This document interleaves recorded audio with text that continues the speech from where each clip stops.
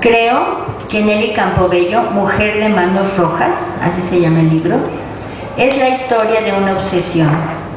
Una obsesión por el personaje, es decir, por Nelly Campobello, una obsesión por el trabajo meticuloso que realizaron sus autores, por la reconstrucción histórica que logran desde antes del nacimiento de Nelly Campobello, que ni se llamaba Nelly Campobello, una obsesión por comprender a una mujer en su contexto y en su realidad y compartir hallazgos con todos nosotros.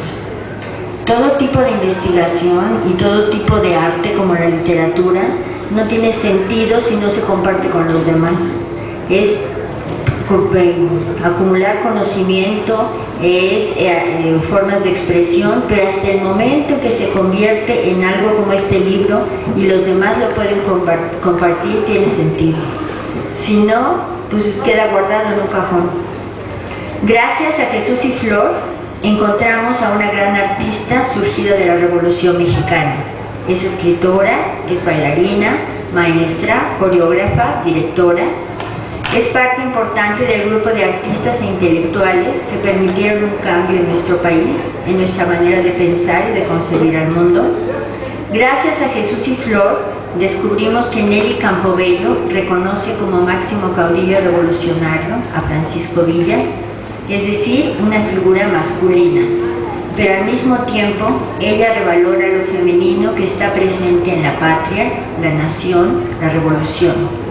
Todos, patria, nación, revolución, son nombres femeninos y ella les pone el rostro de mujeres. Una es su madre, Rafaela, que a través de sus libros descubrimos. Otra es su hermana Gloria, que a través de su danza conocemos.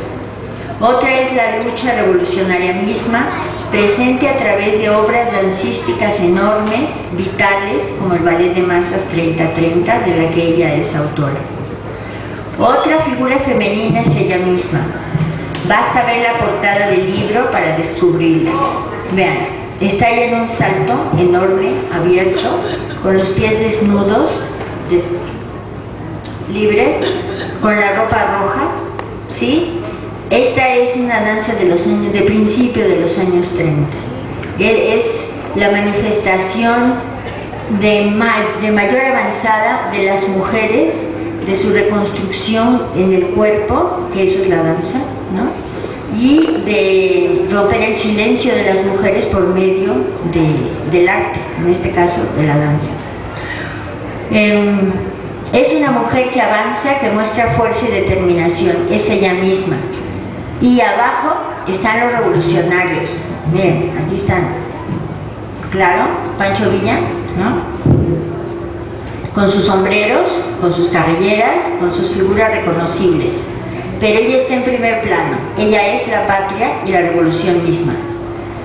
Gracias a Jesús y Flor, también conocemos los orígenes de Nelly Campobello. Su familia, sus secretos, su paisaje norteño, su tierra natal. Ella es de Durango.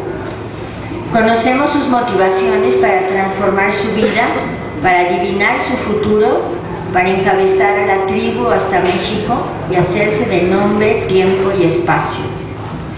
Vemos que las raíces de Nelly tienen que ver con las de la patria toda, con el proyecto de nación que se estableció luego de la lucha armada, también con las raíces de una generación, la que vivió la revolución y tuvo que aprender a sobrevivir y luego reconstruir, la que vivió su familia. Quizá por eso me siento tan identificada con Nelly Campobello, porque es la historia de una mujer a través de la historia, que al mismo tiempo es la historia de una generación, de una familia entera, ¿no? Gracias a Jesús y Flor, sabemos que efectivamente Nelly y su familia consiguieron nombre, tiempo y espacio en la capital y nos legó libros, historias de amor y valentía, danzas llenas de belleza y vitalidad, instituciones que se mantienen hasta la actualidad. La escuela más antigua de danza en México se llama Escuela Nacional de Danza y a partir de los años 90, Nelly y Gloria Campobello. Ellas son las fundadoras, Nelly y su hermana Gloria.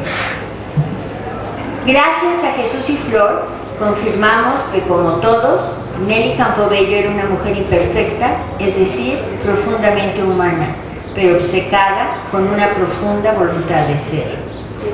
Gracias a Jesús y Flor conocemos fuentes que nunca antes hubiéramos consultado, porque ellos fueron capaces de acudir a archivos, registros, testimonios, lugares, hemerografía de todo tipo. Lo hicieron a conciencia y eso hay que agradecerlo. Todos esos descubrimientos que hicieron nos permiten tener más certeza sobre Nelly y su vida. Yo he estudiado mucho la vida de Nelly Campobello, sobre todo dedicada a la danza. Pero puedo decir que este trabajo va más allá de la danza misma, o sea, nos lleva como a lo profundo, a lo más ancestral de Nelly Campobello y su familia. Y yo creo que ni yo ni nadie que quiera estudiar a Nelly Campobello puede dejar de leer este libro. Así como a la danza de su época y a la literatura de su época. Y a muchos otros de los hallazgos que nos muestran aquí Jesús y Flor, descubrimientos que hicieron que son sorprendentes para los que habíamos estudiado a Nelly Campobello antes. Y siempre nos han como abierto el panorama. Un ejemplo les doy. Durante mucho tiempo nos estuvimos haciendo bolas aquí para saber cuál era la fecha de nacimiento de Nelly Campobello, porque ella a lo largo de su historia había dado diferentes fechas. Y fue hasta el momento en que Jesús nos trajo, hace años ya, ¿verdad? Nos trajo un acta donde decía el nombre original, la fecha de nacimiento original, que por fin, ¿no?, nos quitamos de todas nuestras elucubraciones que teníamos aquí. Agradezco enormemente este libro porque entra en recovecos que desconocía totalmente, porque me hace apreciar más la vida de una de las pioneras de la danza mexicana, porque me la explica, porque la hace más grande ante mis ojos. La reconozco como una de las mujeres más representativas de nuestra danza, quien alcanzó una obra escénica de gran trascendencia, mostró su visión femenina en su quehacer y en su lucha por construir el campo dancístico. Nelly Campobello retomó un proyecto cultural nacionalista, hegemónico y oficial, y lo planteó de forma artística y política, refuncionalizándolo según sus necesidades expresivas. Su danza y su literatura muestran un camino de independencia y una búsqueda de su identidad como mujer contemporánea y concreta, y como parte de una nación. Gracias a Jesús y Flor, sabemos que Nelly Campobello expresó con su vida y su arte la experiencia, la lucha y las contradicciones de muchas mujeres. Escapó de la marginalidad, elaboró sus propios discursos del cuerpo y el arte, se negó a seguir las imposiciones de los patrones patriarcales, tuvo un coraje y un espíritu sin límite que sigue vivo en cada cuerpo que baila en este país. Gracias a Jesús y Flor.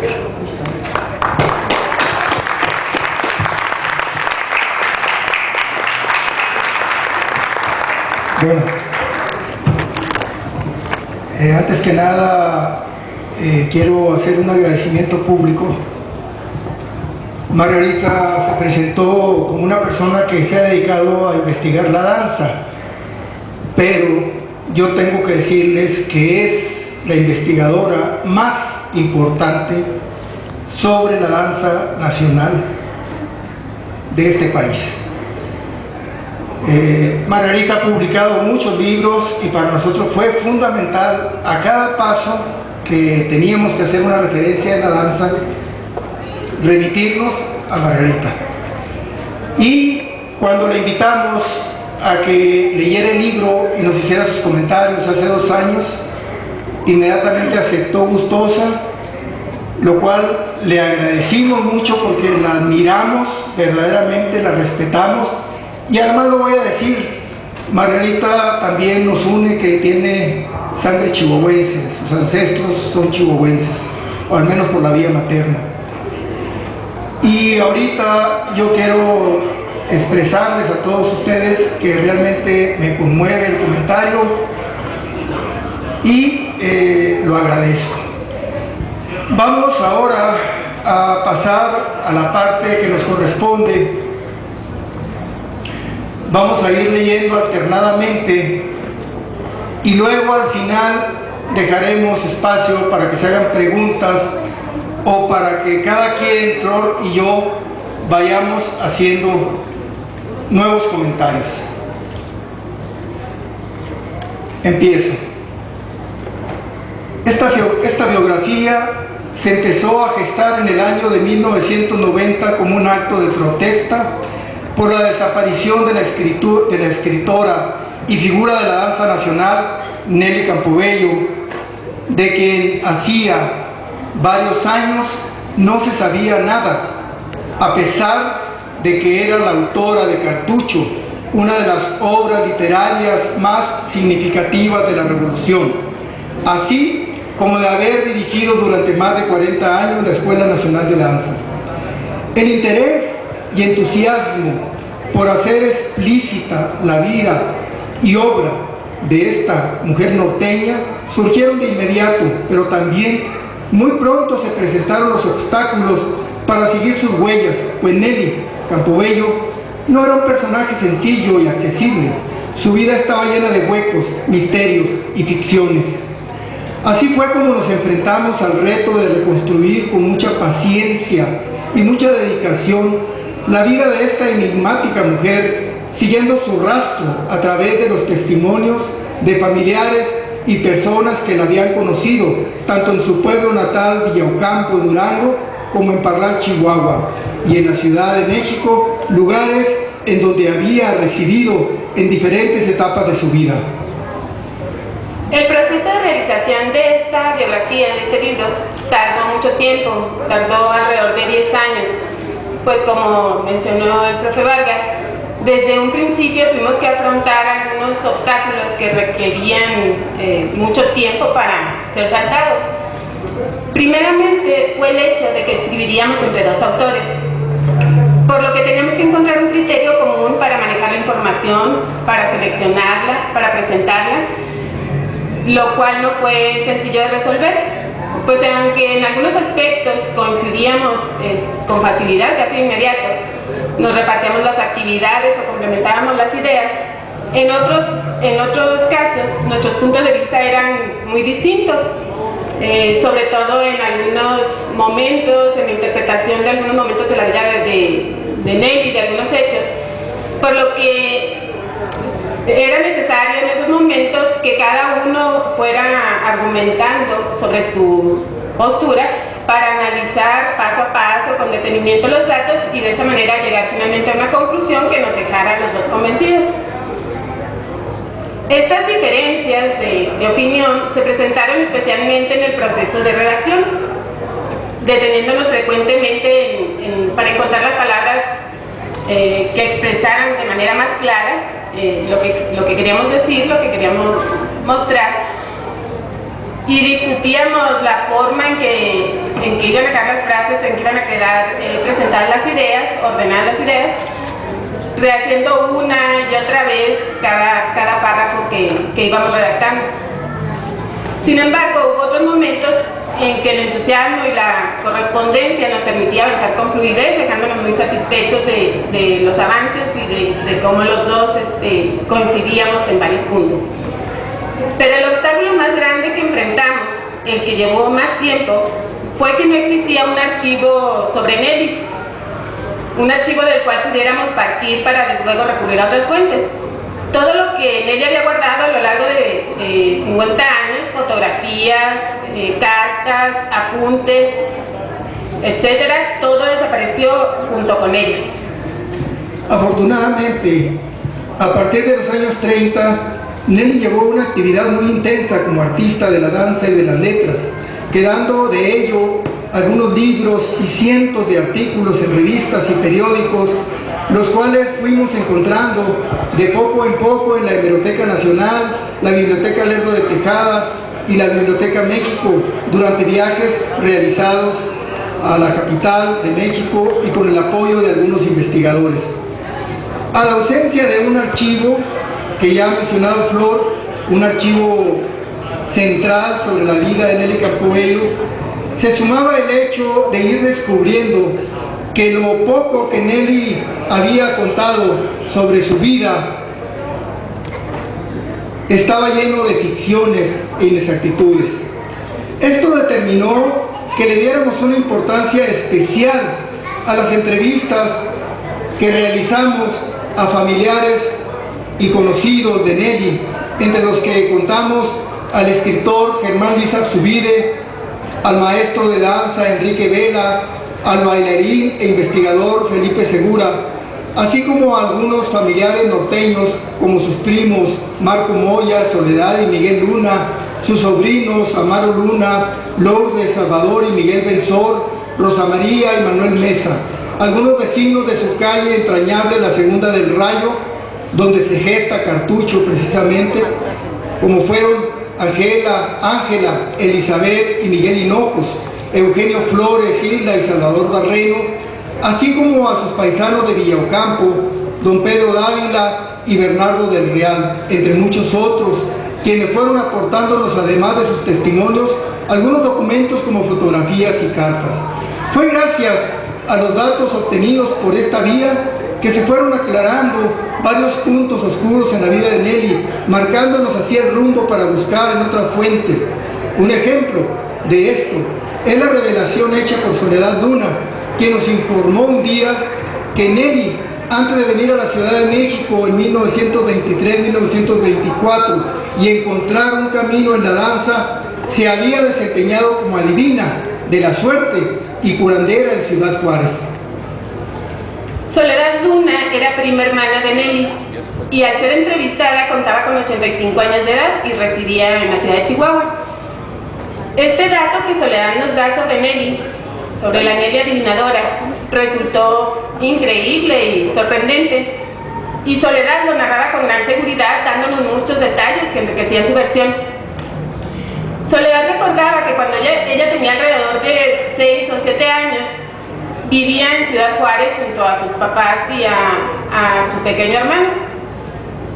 Y ella recordaba que durante una temporada, Rafaela Luna, la madre de Nelly, había estado viviendo con ellos en Ciudad Juárez, junto con Soledad, la hija menor de Rafaela, que es Gloria Campobello, y Raúl, que fue el hijo que Nelly tuvo.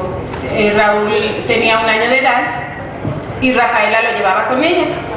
Ellos estuvieron viviendo una temporada en Ciudad Juárez con el hermano de Rafaela, el padre de Soledad, debido a que Nelly en ese momento, decía Soledad, se hacía pasar por adivinadora, se hacía llamar Zobeida, la adivinadora de Egipto, y trabajaba en un hotel, el Hotel Nancy nos precisó Soledad, ahí en Ciudad Juárez, donde tenía su despacho, ahí vivía y ahí atendía clientes que no eran pocos, no solo de Ciudad Juárez, sino también del Paso, Texas.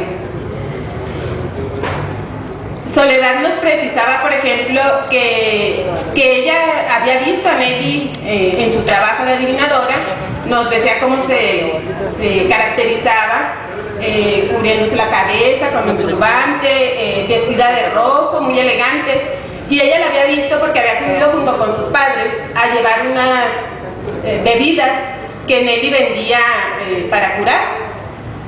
Las bebidas se las hacían sus tíos, los padres de Soledad, y decía que eran bebidas comunes, hacía mezclas y Nelly se las vendía a sus clientes pues como algo exótico de su tierra Egipto.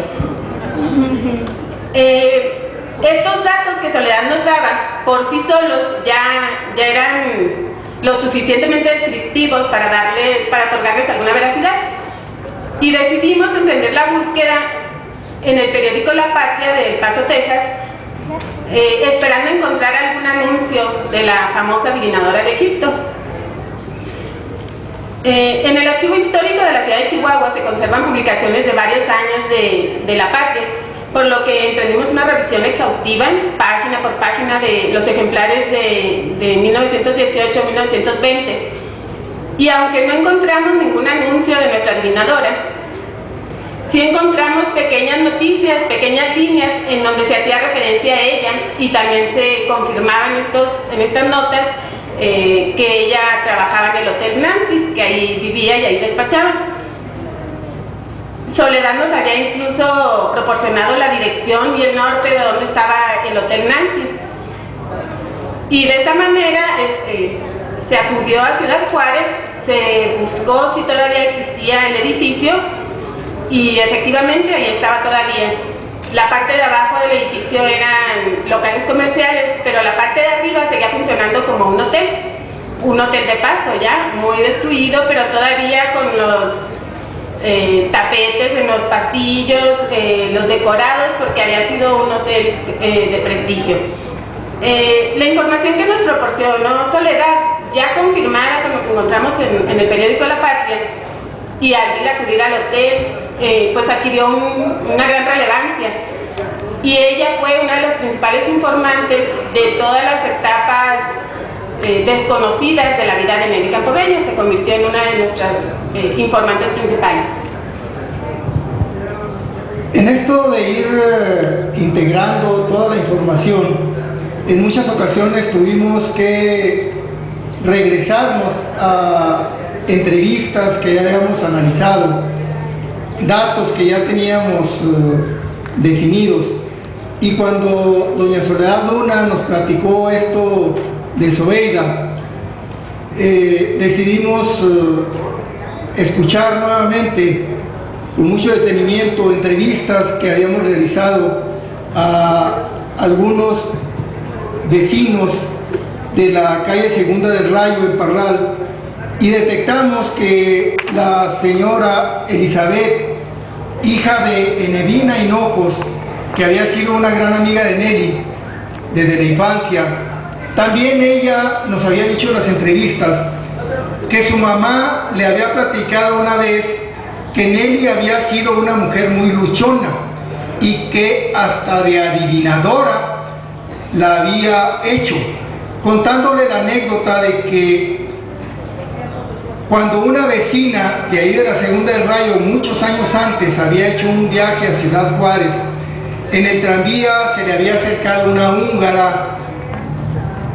muy bien representada y que le había empezado a hablar de su vida, de su pasado, y que conforme más información le iba dando la adivinadora, esta vecina se notaba más sorprendida, hasta que la adivinadora se quitó el velo que le cubría el rostro para que la reconociera, diciéndole: soy yo, Francisca, que era el nombre real de Nelly Campobello.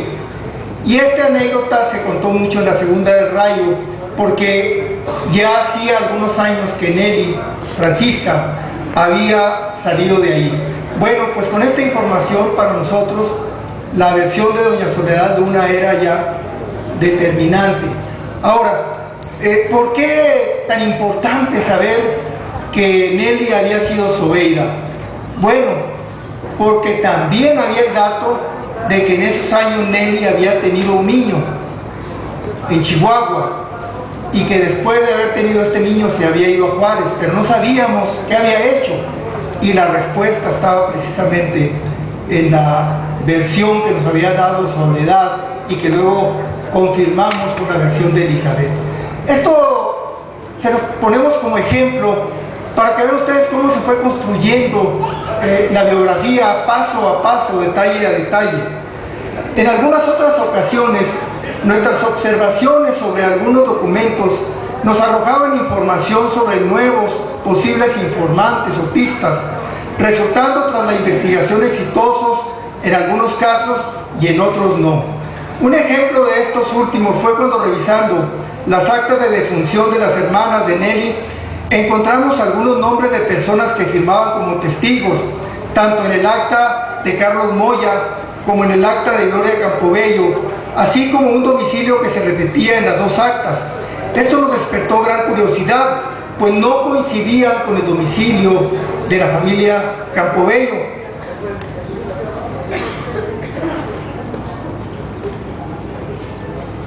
Esto despertó gran curiosidad, pues esos testigos podrían haber sido amigos o empleados de las Campobello que nosotros no habíamos considerado, y el domicilio presentado en las actas, que no era el de la casa de Nelly en la calle Ezequiel Montes, podría haber sido uno más de los diferentes lugares en que Gloria había vivido durante temporadas, por lo cual era preciso investigar, pues según nuestras pesquisas, Gloria había vivido por última vez sola, separada de Nelly y los demás hermanos, en 1949, año en que había regresado a la casa de Ezequiel Montes, donde había residido hasta su muerte.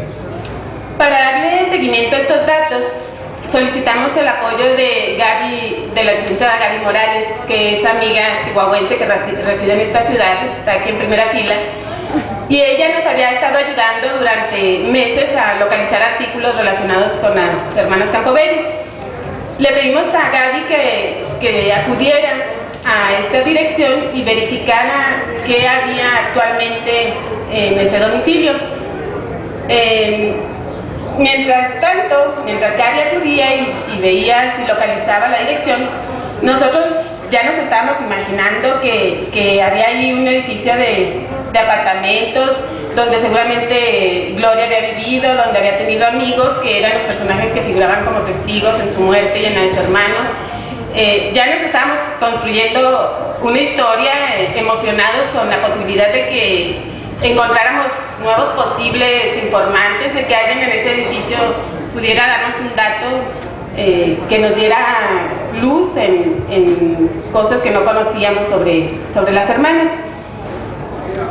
Pero la respuesta de Gaby llegó muy pronto, explicándonos los datos. En esta dirección se encontraba efectivamente un edificio que parecía de apartamentos, pero que formaba parte de las instalaciones de la funeraria Galloso. Por lo que Gaby acudió con el encargado y le preguntó desde cuándo ese edificio formaba parte de sus instalaciones, y le informaron que desde principios del siglo pasado. Entonces pues quedó descartado que ahí hubiera vivido Gloria, eran las instalaciones de Galloso. Al cuestionarles el por qué aparecía esa dirección en las actas de defunción y por qué había nombres que aparecían con ese mismo domicilio y que firmaban como testigos, le explicaron que al dar ellos el servicio funerario levantaban el acta ahí mismo registrando ese domicilio, y que los nombres se repetían y daban el mismo domicilio porque pues eran empleados de ahí de la funeraria que firmaban como testigos. Entonces pues nuestra historia se nos cayó. No nos llevó a donde nosotros esperábamos, pero nos dejó la satisfacción de encontrarle una explicación a un dato que nosotros encontramos observando con detalle, y nos dejó satisfechos porque nos dimos cuenta pues que estábamos explorando cualquier pista posible, nos llevara a algún lugar o no, pero finalmente se le encontraba una respuesta, podíamos descartarla con tranquilidad. Así pasaron muchos años para que tomara forma la biografía, y esto se fue logrando gracias al registro constante de información. Conforme avanzábamos, la investigación se fue haciendo más fascinante, pues en la búsqueda fueron surgiendo datos sorprendentes que eran solo pistas, pero que al enfocarnos con más detalle en otras fuentes, conseguíamos complementar la información y lográbamos felizmente confirmar el dato. Algunos misterios permanecieron sin resolverse, pero en restitución aparecieron un sinfín de personajes que nos cautivaron de inmediato, adentrándonos en sus actividades y relaciones en una época maravillosa de la cultura de nuestro país.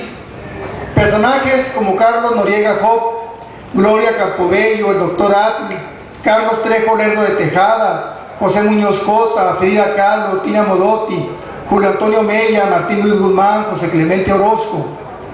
Todos ellos muy vinculados en algún momento con Nelly y con Gloria Campobello. Si fuéramos afectos a usar imágenes esotéricas o razonamientos esotéricos, podríamos decir que conforme fuimos avanzando en la biografía, Nelly de alguna forma nos iba conduciendo hacia los mínimos detalles que nos iban permitiendo resolver grandes problemas.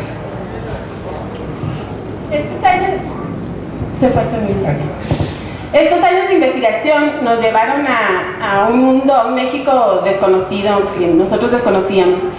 Nelly nos fue llevando de la mano y con ella resentimos las carencias y las dificultades de su niñez. Fuimos celebrando sus logros, sorprendiéndonos de su arrojo y su decisión. Disfrutamos con ella los primeros pasos de danza que dio en los escenarios. Disfrutamos y celebramos con ella la publicación de sus libros. Nos lamentamos de sus errores y de sus desplantes. Nos conmovimos con su disposición para ayudar a su gente y a la gente de su tierra, de Villocampo, y sufrimos su soledad y su tragedia final. Tras varios meses de trabajar en la redacción, cuidando de no perdernos entre tanta información, de no olvidarnos de algún dato importante, de resaltar sus raíces, de dibujar lo más claro posible a su familia, muy especialmente a Rafaela, una mujer de pueblo, libre, atrevida, solidaria y revolucionaria, así como a su hermana Gloria, mujer inteligente, creativa y comprometida con su arte y con los movimientos sociales que le tocó vivir. Tras integrar a todos los personajes que de una o de otra manera enriquecieron su vida, finalizamos esta biografía y nos atrevemos a decir, no con presunción, pero tampoco con modestia inútil, que les estamos entregando a los mexicanos la biografía más completa de Nelly Campobello. Muchas gracias.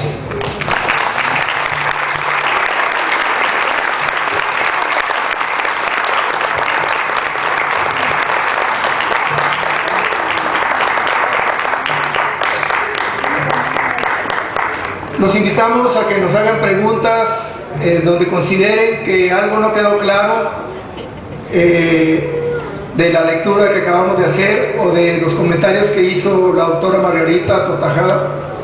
Si alguien tiene alguna pregunta, que por favor lo haga buscando que todos nos beneficiemos, nosotros como autores y el público como personas que quisieran saber todo lo posible sobre este libro, sobre esta biografía. Sí, buenas tardes. Buenas tardes. Me interesa muchísimo todo lo que ustedes han dicho porque hay cosas que yo ignoraba. Sin embargo, sé de alguna manera que en sus últimos días, cuando menciona usted que estuvo desaparecida, creo que la tenía secuestrada sus mismos sirvientes. ¿Es verdad esto? Sí, los últimos años de Nelly ya habían muerto todos sus hermanos, ella se quedó sola y se había acercado mucho con ella una exalumna de la escuela de danza que había regresado después de unos años de ausencia, había regresado a pedirle a Nelly trabajo y que la apoyara porque iba en condiciones difíciles. Se había casado con un hombre que tenía ya otros hijos y ellos tenían un niño pequeño.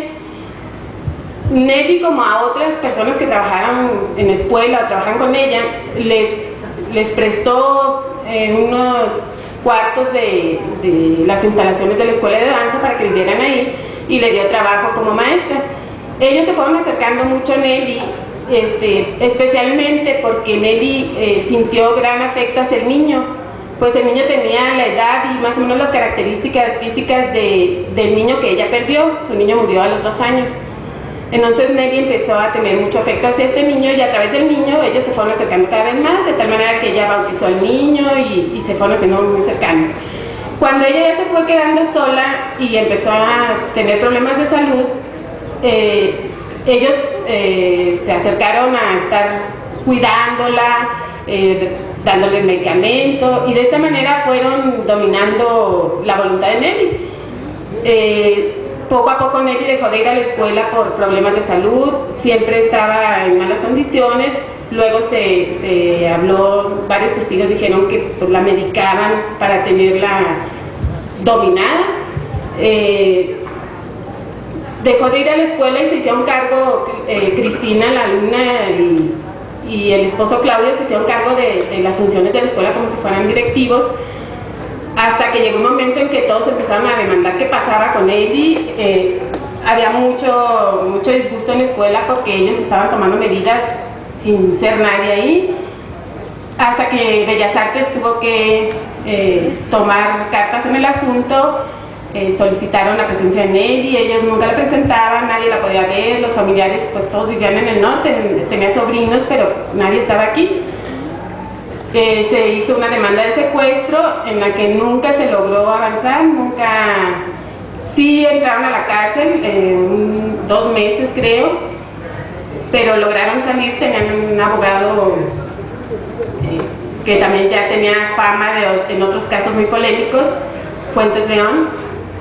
Logró sacarlos de la cárcel, presentó a Nelly, los medios la mostraron como una persona ya senil que hablaba que sus hermanos no la visitaban, que la tenían abandonada, que ellos la cuidaban, y pues de alguna manera los defendió y nada se pudo hacer, hasta que llegó un momento en que se fueron con Nelly, la llevaron a Villocampo y de ahí se la volvieron a llevar y ya nadie la vio. Por años no se supo de qué había pasado con él. Muchos años después se confirmó su muerte. Había muerto en 1986 y hasta 1998 se tuvo noticia de su muerte. O sea que los últimos años en la vida de Nelly vivió bajo el control de Claudio y Cristina, y quiero mencionar el hecho porque actualmente el caso de José Luis Cuevas me hace mucho pensar en algo similar.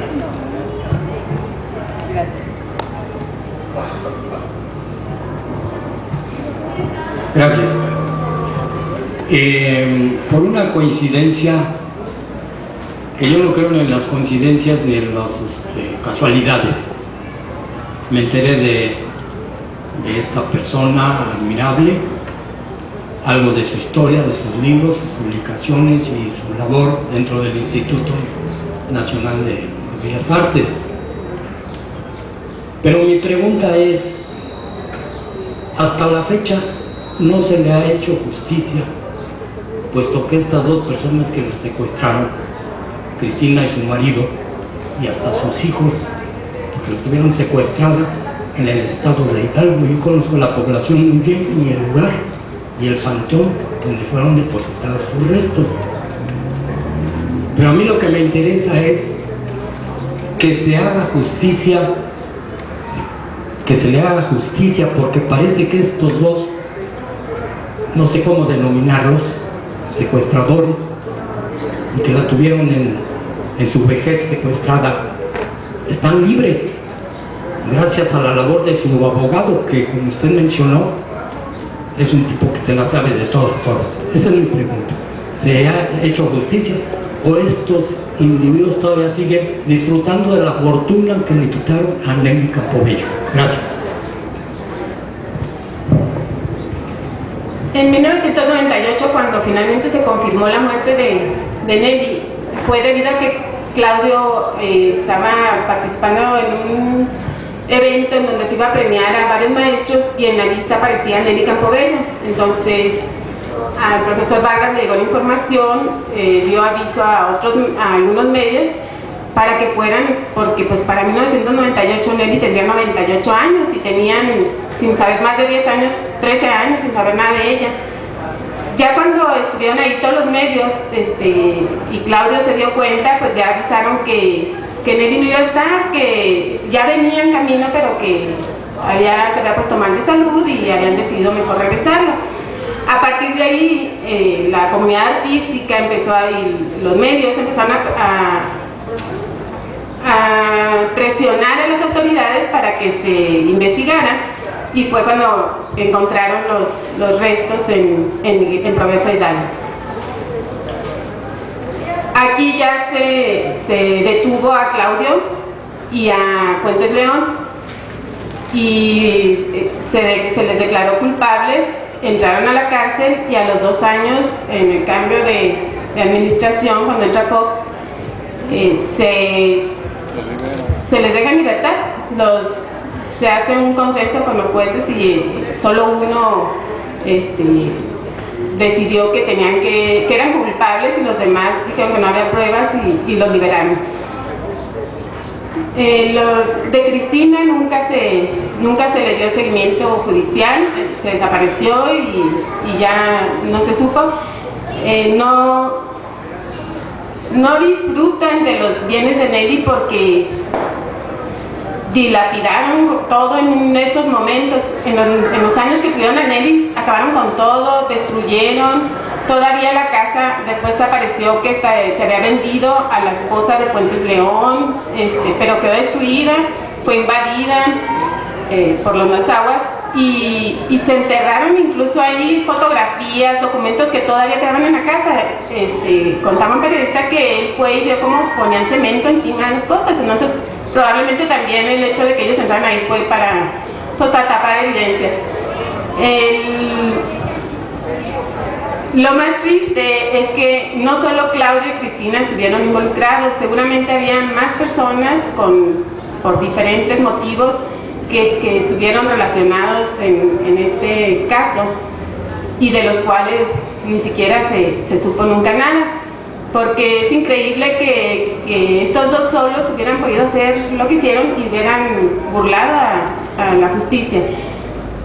Y además es probable que haya todavía actualmente que Claudio, quien era el personaje más peligroso, sigue por ahí, que haya otras personas que estén sufriendo la misma situación que Nelly vivió en manos de personajes como estos.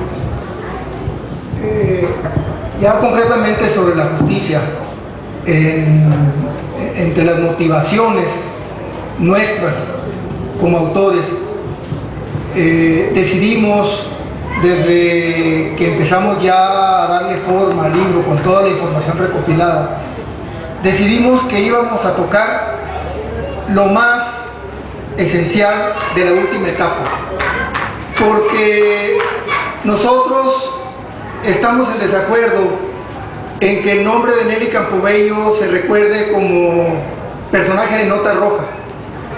Nosotros no queremos que se siga hablando nada más del secuestro. Queremos que se hable tanto de Nelly como de Gloria por sus aportaciones,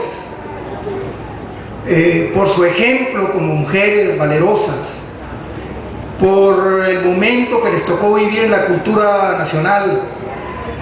El caso de Nelly fue muy dramático porque todavía a los 80 años era una mujer fuerte, ejemplar, era una mujer admirable por su fortaleza. Aquí en el libro tenemos una foto de Nelly en traje de baño entre los 50 y los 60 años. Cuando ustedes vean esa fotografía se van a dar cuenta de qué fortaleza era. Y hay fotos a los 80 años donde Nelly sigue siendo una mujer fuerte, una mujer bella. Realmente la debacle, el declinamiento de la vida de Nelly Campobello fue la soledad. No pudo resolver esa tragedia de la vida, de quedarse sola, porque siempre fue una mujer central. Fue central con su familia. Ella se hizo cargo de sus 7 hermanos, ella se hizo cargo de su madre cuando vivió, ella se hizo cargo de la escuela.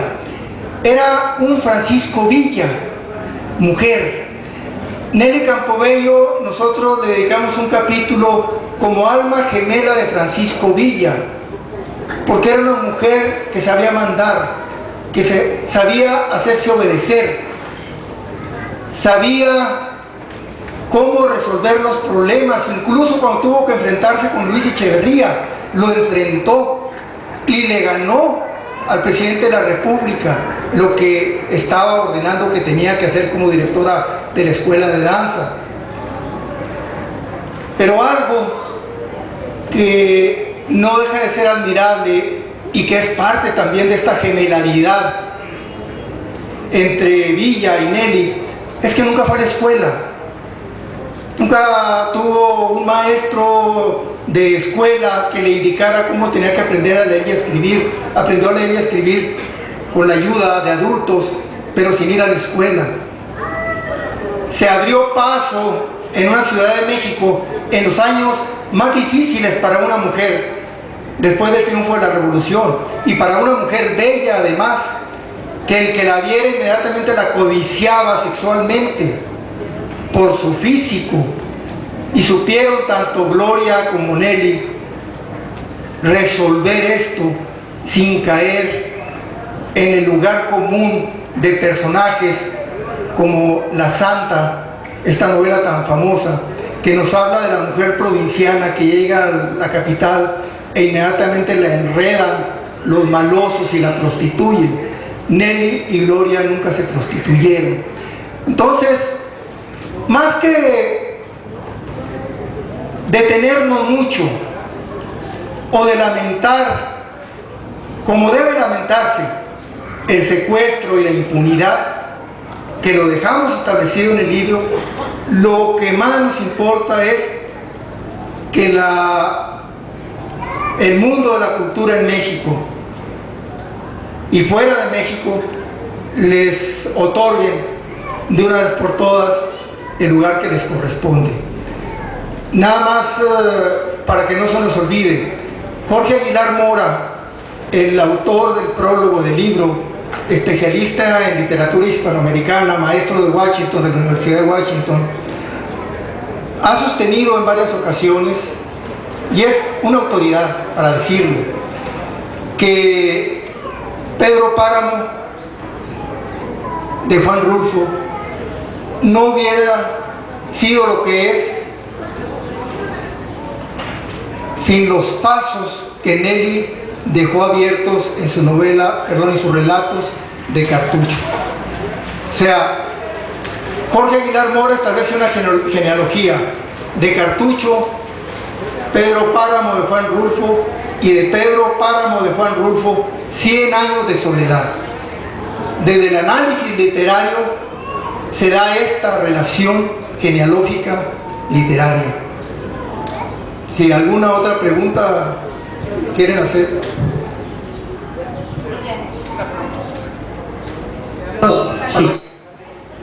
Sí, perdón, antes de eso yo también quería intervenir. Mira, me parece que es verdad que no debemos de pensar en él y nada más como toda la triste historia que vivió al final, pero también creo que es algo que no se puede olvidar, ¿sí? Y es algo que no podemos llamar a los secuestradores como Claudio y Cristina. Creo que hay que decir nombres con apellidos, que no se nos olvide, porque lo peor de todo es que el Claudio sigue estando dentro del mundo de la cultura, ¿sí? Y sigue presentándose como un hombre de la cultura, ¿no? Entonces yo creo que hay que dar siempre bien los nombres y los apellidos, que no se nos olvide que son los secuestradores, ¿sí? Y que creo que como sociedad tenemos todos un poco de culpa de que le haya pasado esto a Nelly Campobello, ¿no? Por haber dejado de alguna manera, y que si está pasando ahora con José Luis Cuevas, que me da la impresión de que está pasando igual, tendríamos que intervenir también como sociedad, ¿no? No podemos dejarnos, ¿no? a que gente que nos está representando, ¿no? Dentro del mundo de la cultura, de pronto se vean secuestrados, ¿no? Se vean dilapidados todas sus pertenencias, ¿no? Entonces yo creo que es muy importante, que es cierto, que rescatemos a Nelly por lo que fue, ¿sí? Pero que no se nos olvide también que hay que rescatar lo otro, y que hay que acusar a los secuestradores. ¿Qué? Hacemos. Sí, perdón, va a ser la última intervención porque tiene que pasar a firmar. Buenas tardes. Nada más una pregunta. Sabiendo que la cultura en México, para el desarrollo de un libro de 10 años, por lo que están comentando, ¿cómo lograron realizarlo tan difícil que es aquí en nuestro país? ¿Qué apoyos tuvieron, no sé, con Aculta o alguna universidad en Chihuahua? Nada más era esa curiosidad. Muy amables. El apoyo más fuerte que tuvimos y que en este momento sigue prevaleciendo es la emoción. la emoción de estar cumpliendo con una necesidad dentro de la historia. Ayer, en una mesa en la que participamos, se hacía la pregunta: ¿la historia para qué? Bueno, entre muchos comentarios decíamos que la historia sirve para liberarnos de mentiras, para liberarnos de simulaciones, para liberarnos de complejos, para liberarnos de corrupciones. Y la emoción a lo largo de esta investigación no fue solamente Nelly, fue México.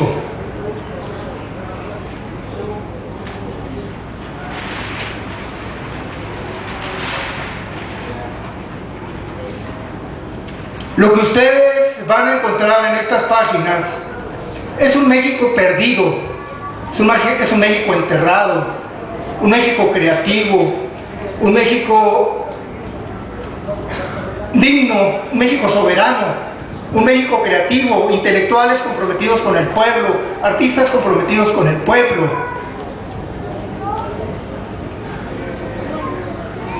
Cuando Margarita ha rescatado toda la importancia de la danza en México y el nombre de las Campobello, ha presentado la figura de Nelly y de Gloria, igual que la figura de Diego Rivera, de Siqueiros y de José Clemente Orozco en la pintura. Esos son Nelly, Gloria y otras artistas en la danza, son el equivalente. Y cuando nos admiramos tanto del muralismo, de ese que ha hablado tanto Taibo en sus documentales, cuando nos admiramos tanto de eso, de esa parte de la cultura y del arte mexicano, es lo mismo en la danza. Y aquí hay un asunto que es muy oportuno decirlo. Nelly sostenía, y Margarita no me dejará mentir, que Nelly sostenía que los bailes autóctonos, los únicos que los podían bailar de manera genuina eran los indígenas, donde se habían creado esos bailes, esas danzas que ella rescató, la danza del venado, las danzas oaxaqueñas, y era enemiga del espectáculo. Irónicamente, en la actualidad, nos emocionamos con el ballet folclórico y con todas las danzas que se bailan en las escuelas, con todos los bailes, con todos los bailables. Esa no era la línea de Nelly, por supuesto. Sin embargo, fue la precursora de todo eso, porque fue la que los trajo. Gloria y Nelly los trajeron de la esencia del pueblo y los trajeron a las ciudades, a la capital. Entonces, ese fue el apoyo para hacer este libro, la emoción de estarle aportando algo importante a este país. Muchas gracias.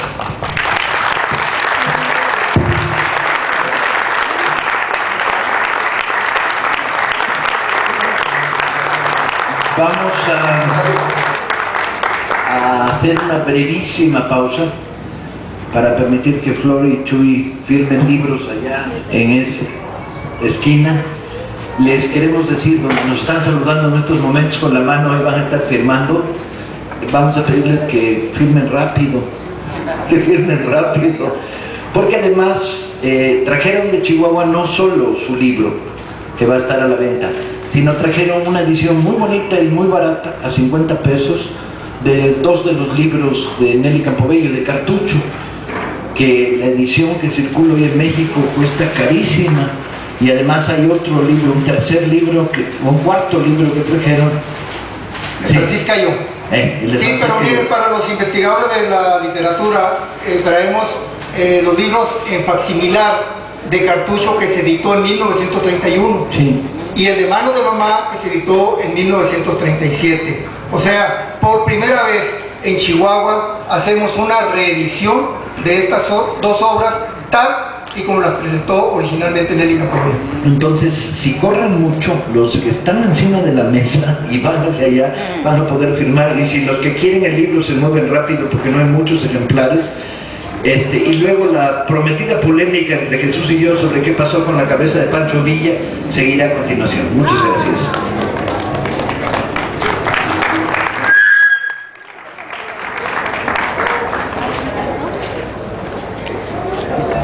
No lo vas a borrar, es una obra.